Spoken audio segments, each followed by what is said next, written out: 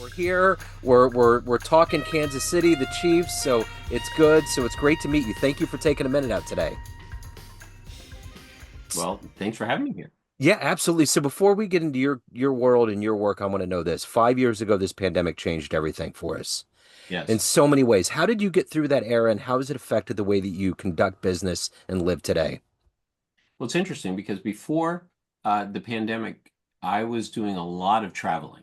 And, we literally go to different cities, and I'd spend a day a month in each of a number of different cities. A lot of them were in the States, some in Canada. And there was also a fair bit that we were doing in the UK. March of 20, of course, everything shuts down. In fact, 5 days before the thing shut down, I was in New Orleans and I got back on a plane. And next thing you know, 5 days later, nobody's traveling anywhere. So that was kind of interesting. But for me, I thought, okay, well, guess what? I guess it's time to write my third book.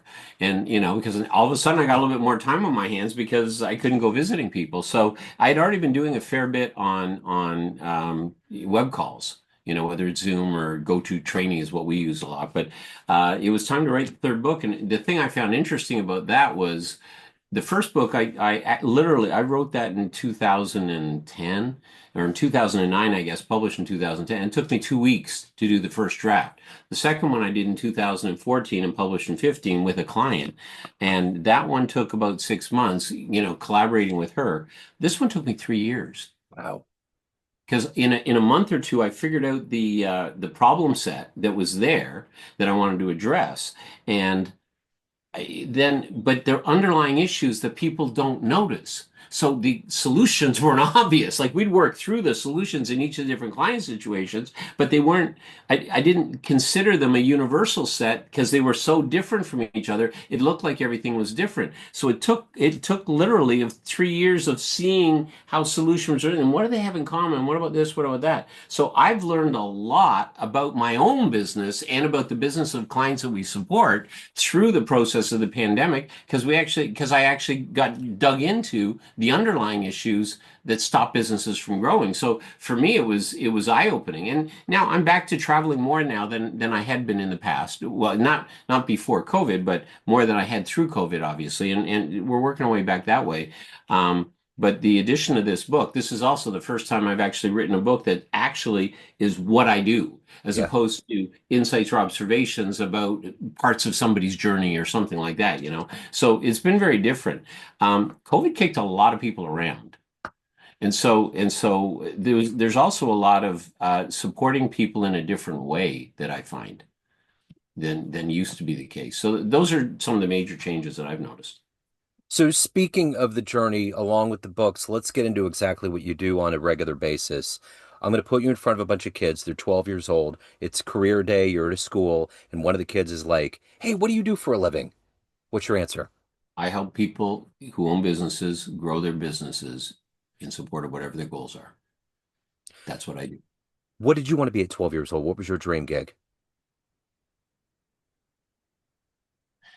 I wanted to be a business owner, like commercial activity and stuff. And I saw myself as this big deal maker, right? We had all these pictures of people doing stuff. Even when I graduated from university, I wanted to be a deal maker. Yeah. And, but yeah, that's where I wanted to go. And it's interesting because now what I do is I support people that do that, you Yeah. know. And we've got a firm that does that. I mean, May will be 30 years, having done that. But yeah, no, I saw myself as this big deal maker and stuff. And so that's what was there at the time. Take me back to where you were born and raised. What were these foundational seeds from family life, from everything that you were experiencing growing up that was harvested to become who you are? Well, I was born in St. John's, Newfoundland, okay, Okay. which is on the east coast of Canada, and of course, that's the home of many Newfie jokes. I don't know if you've heard of Polish jokes or blonde jokes or Yeah. whatever. They're all far more sophisticated than Newfie jokes. They're far more, you know. Let's put it this way: in Newfoundland, we've learned how to laugh at ourselves. Yeah. So that part's good. Yeah. But my dad was a pathologist and my mom was a public health nurse and I was number two of five kids in our family. We had a group of three and then after a number of years another couple. So everything was a competition for everything. But and very absolutist environment. Like, it's just those times, growing up, as far as that's concerned. Um, but I mean, I was of the era when you had 14 portables outside the school piled on because the schools just weren't big enough to handle the groundswell that occurred, or that had been continuing to occur not only post-war, but right into the mid and late 60s, into the early 70s, because it took till about the mid 70s till the school systems in Canada were catching up with population increases that were occurring. Um, so the ethos was a pretty strict one. You had to excel. Everything was based on what you did and how you excelled, but it was always included, and you take care of each other. Yeah. So, who That was was the your other half. hero? Who was your inspirational force that's allowed you to find your footing, to have success, to become who you are today? Inspirational. There's a number of different people that I admired growing up, but there wasn't one in particular. But I've always had a high regard for Warren Buffett. I've always had a high regard for Bill Gates. Um, Later, I was intrigued by, although not, wouldn't call him a hero, with Steve Jobs. I was watching what he had done through, his career as far as that's concerned, and I've just been sort of attracted to um, how they thought through business. And so it was more about that. There'd be a particularly charismatic sales guy that I can't even remember his name now, but he was this larger than life guy. But the second guy, his name was Alan, he was always quiet, but he did like 98% of what the loud vivacious guy did, and he just sort of quietly went about his business. And so what I found was, one is force of personality, but the other guy is precision in delivery. And I was actually more attracted to the precision in delivery guy as Yeah. far as that's concerned, because it's like there's a lot more here, and it's not about personality, it's really about understanding what's important. And so it's interesting because I got to what are the underlying issues behind everything. And so I always look for what's the underlying issue. And here we are 30 years later, when I'm supporting business people in business, it's all about what's beneath the surface, and what is occurring that can help move the needle in terms of people getting more of what they wanted.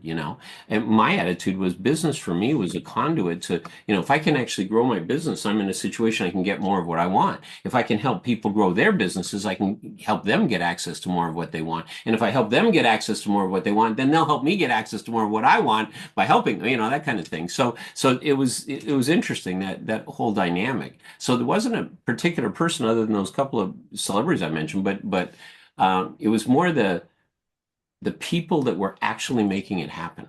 Yeah. So the one thing about being successful in business is it requires risk. You know that entrepreneurial mindset of going out on a ledge. What was the biggest risk that you've taken in your career? Well, it doesn't sound big in hindsight, but at the time, the biggest risk was taking the money for our first child's um, um, bed, the cot that we had, and then using it to go do a course because I was trying to improve my skills. And I was trying to get this thing done, and I had to make enough money to put the money back in time for when we need it and all that. And it was a source of a little antagonism at home, but that was probably the biggest risk at the time that I took, as far as that's concerned. What about if you could meet a business mind right now, someone that Mhm. you admire, spend some time with them, get to know them a little bit, who would you love to meet that might help you on your journey and what you're doing right now in your life? Um, I've met a lot of different people. One guy um, that I've had a chance to get to know a little bit, but because I'm in a group that he's also in, but has been a real interesting guy that I'd love to find out more about his journey. I mean, there's two people that come up. Jim Collins, love to spend time with Yeah. that guy. Yeah. Okay, he'd be head and shoulders the top guy. The other one is a little less obvious, but not that much. Vern Harnish. Yeah. Vern quietly built a number of different things, and he originally was doing he had a platform where he was making um, business experts available to business owners. And then from that, EO came out of it, and there's a whole bunch of other things he's done. He's built a whole series of programs in that with his, with his scaling strategies and that. But the thing I like is Vern's perspective on things. Like it's really a grounded perspective. It's a quiet perspective. It's matured as time's gone on. And I'd love to pick his brain more. The third person that comes up that I would love to spend time with would be Ray Dalio. Yeah. He can be controversial, but I got to tell you, his thinking is quite interesting, and his perspectives on things have got so much depth attached behind them that it's when again you get to the depth behind it that there's a ton there. So speaking of like getting behind the motivators for people, what is it for you that gets you up every day to do this job at a high level, to take care of your soul, to keep an eye on trends, things that change? We're in a very ever evolving, very the world's changing so fast, especially with AI and everything else. What is that collective energy for you every day? The thing for me is, what does it take? Like when I look at the people that I work with, how can I support them getting what they want using their business as a conduit to get there? I mean, there's always change and there's always things that evolve. And frankly, if you take a look at somebody who owns, a business that does 1 million, and over a little bit of time, that same business is doing 5 million, and the same business is doing 10 million as time's gone on. Um, it's the same business, except the question is, what are those three business entities, the same company at three sizes, what do they share? Well, they share a product usually, but sometimes even that morphs. They share values and a few of the key people. Yeah. Everything else changes. All the structures, all that. So the thing that I notice is that for me, what the whole thing comes down to, I mean, what's the difference between a parent with a 3-year-old, a 13-year-old, and a 23-year-old? Because you have to have the same DNA and they look kind of similar, but frankly, they're very different people. A 3-year-old, you're trying to keep certain things out of his mouth, whereas at 13, this is a young person who's going through whatever it is associated with puberty, and at 23, they're actually dealing with an entire different world there.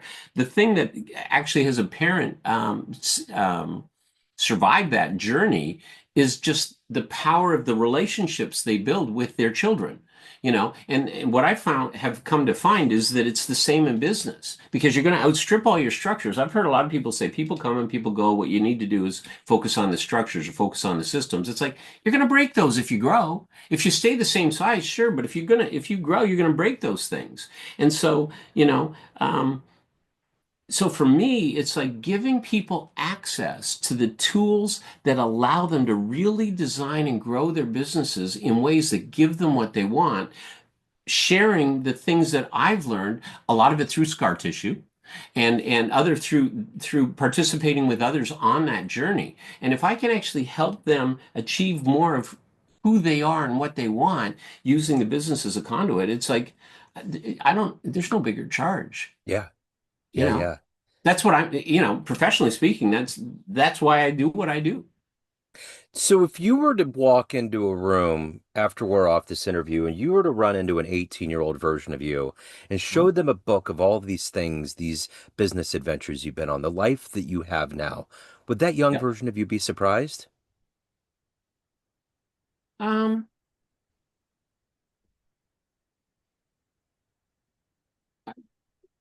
Probably not. Yeah. I mean, because it really is what I found is as I continue to, grow older, what happens is you get more of yourself. The only difference is I've been able to, I continue to strip away all the stuff that's not me that I thought was important. Yeah. Mhm. It's wisdom. That's well said.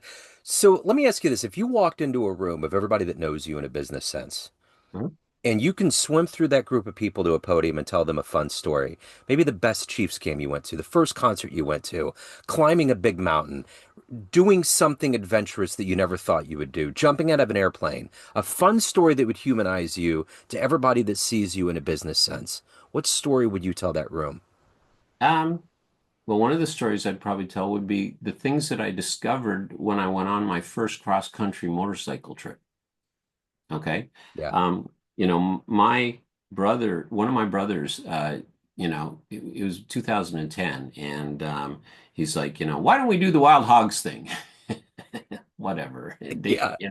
So he wanted to do this thing. So he talked my brother Paul into it. Dave, this was David doing it. He talks Paul into it. He talks me into taking a look. And of course, David goes after the kind of bike he likes. Paul does the same thing. I do the same thing. And we each have different types of bikes and stuff like that. But, we're doing all this stuff. And then, but then, I decided to actually go, um, just go explore using the bike as a tool.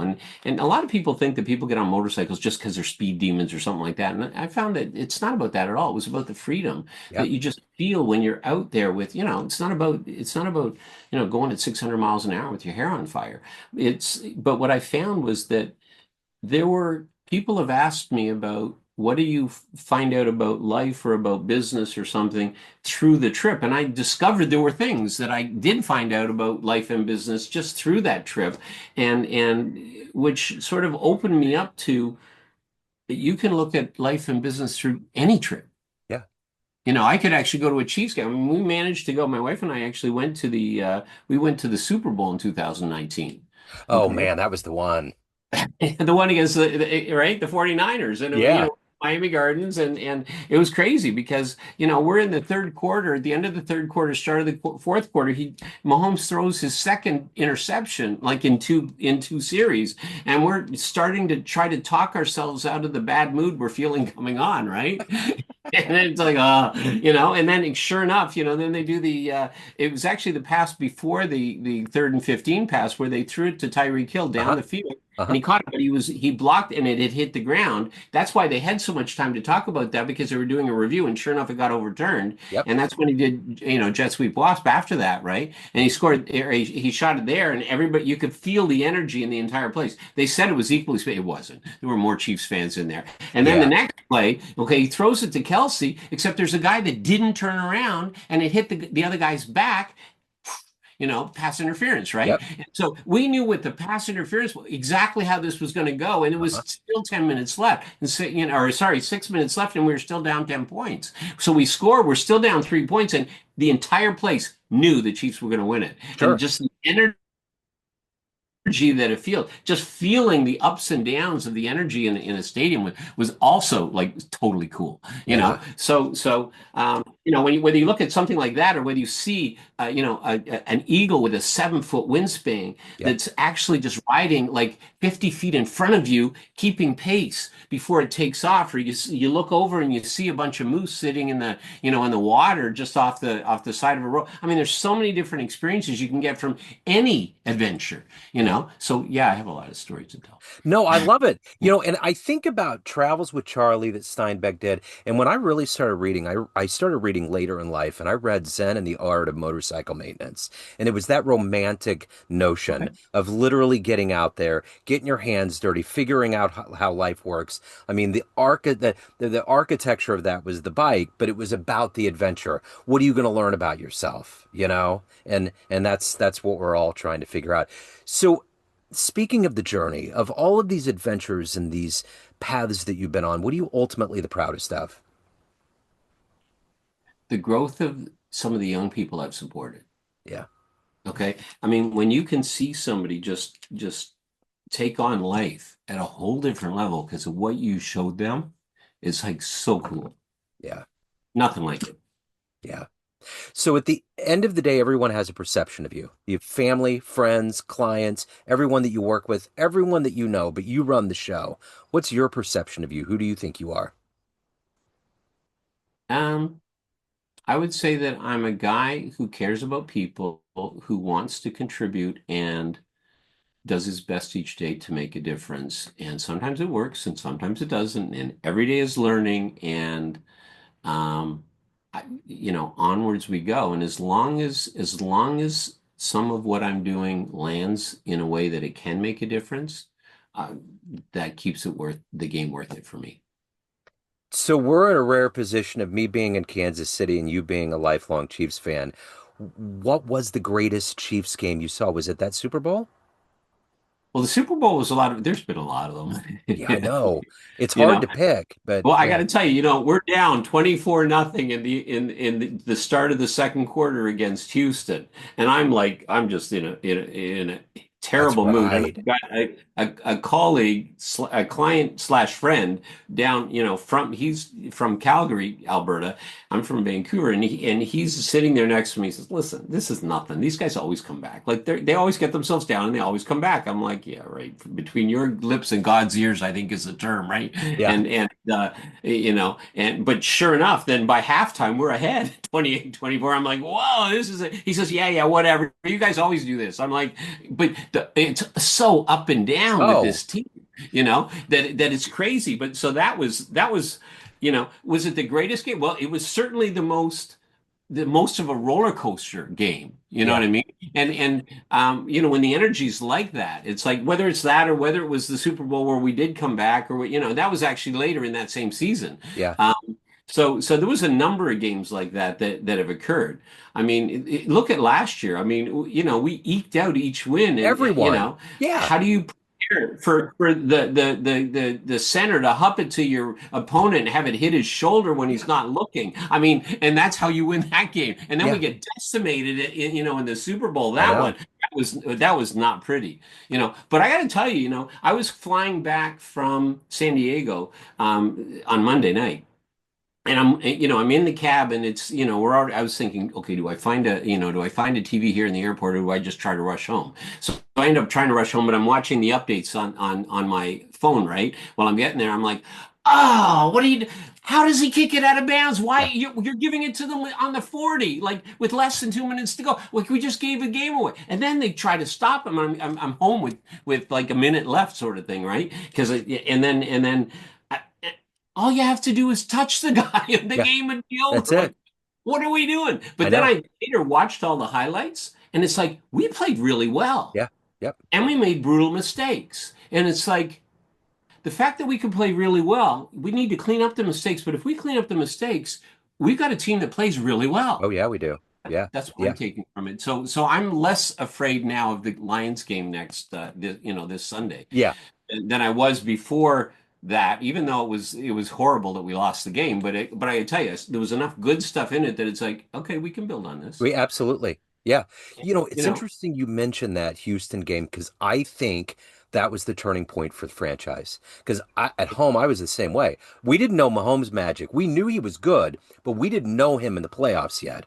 So when right? that happened and they all came together, that was it. I remember when Salvi hit that ball in 14 in that wild card game and we won it. That was a turnaround for that team. That made them win the World Series the next year. And we all have those seminal moments in our lives, whether you in business or anything that we live through. But for that organization, I'm so glad you said that because I was thinking about that. We went to Arrowhead about 2 or 3 weeks ago. My son's on the spectrum, and they have a day out there where they have Special Olympians and different kids that come out. And there was a rain delay, and we went up, and all the trophies were up there, all this regalia, just coats and hats and all this. And I'm like, how did we get here? And I think about that game, and I'm so glad you said that. As a fan, you have to be a fan and follow this team to know that, and you honed in on the moment.